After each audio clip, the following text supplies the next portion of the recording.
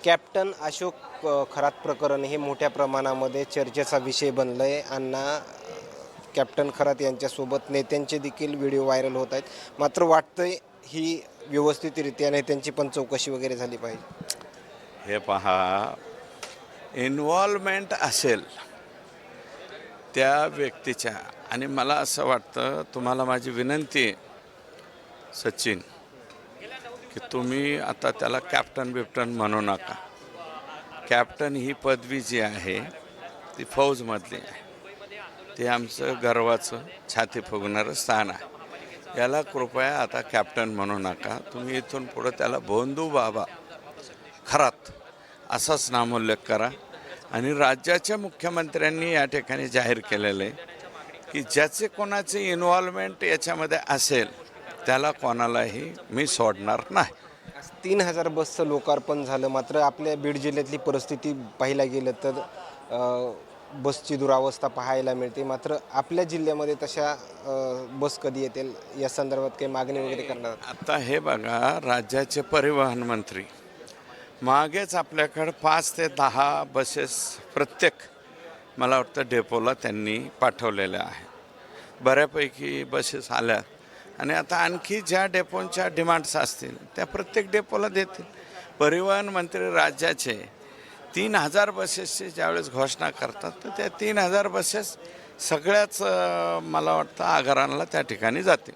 दीपक बोराडे उपोषण करत आहेत धनगर आरक्षणासाठी. मात्र हवे तसा प्रतिसाद जे आहे ते सरकारच्या माध्यमातून मिळत नसल्याचं ते म्हणत आहेत. हे बघा, शासन 100% जाईल. शासन सगळ्या बाबीवरती लक्ष देत आहे. आणि जवळजवळ 8-9 दिवस झाले ते या ठिकाणी उपोषण करत आहेत. तर शासन, आणि मला वाटतं उपोषणाच्या बसण्यापूर्वी मुख्यमंत्र्यांची त्यांची एक बैठक झालेली. मग त्या बैठकीमध्ये काय झालं काय नाही ते त्यांनाच त्या ठिकाणी माहिती आहे.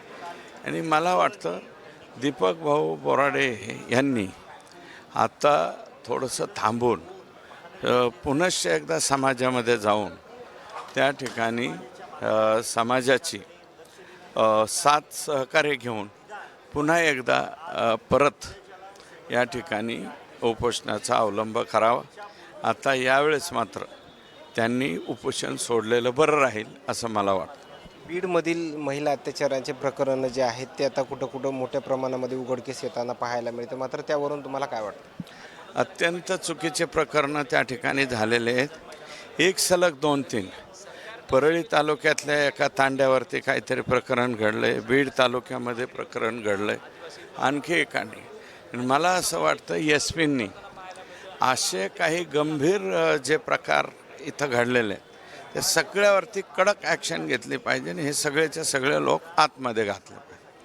मागच्या वर्षी 3 नारळी सप्ते झाले. मात्र जी काही घडी विस्कटली होती समाजामधली ती बऱ्यापैकी व्यवस्थित झाली होती. मात्र परत आता यावर्षी देखील 3 नारळी सप्ते होत आहेत. आणखीन काहीतरी परिस्थिती खूप सुंदर होईल असं वाटतंय.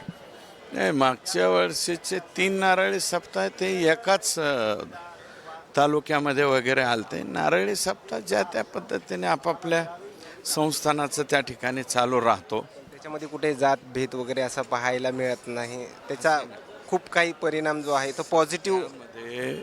सप्त्यामध्ये जातीपातीचे असे काही उद्योग नसतात. संत जे आहेत ते सर्व जाती धर्माच्या लोकाला घेऊन त्या ठिकाणी चालत असतात. त्याचा फायदा नक्कीच होईल.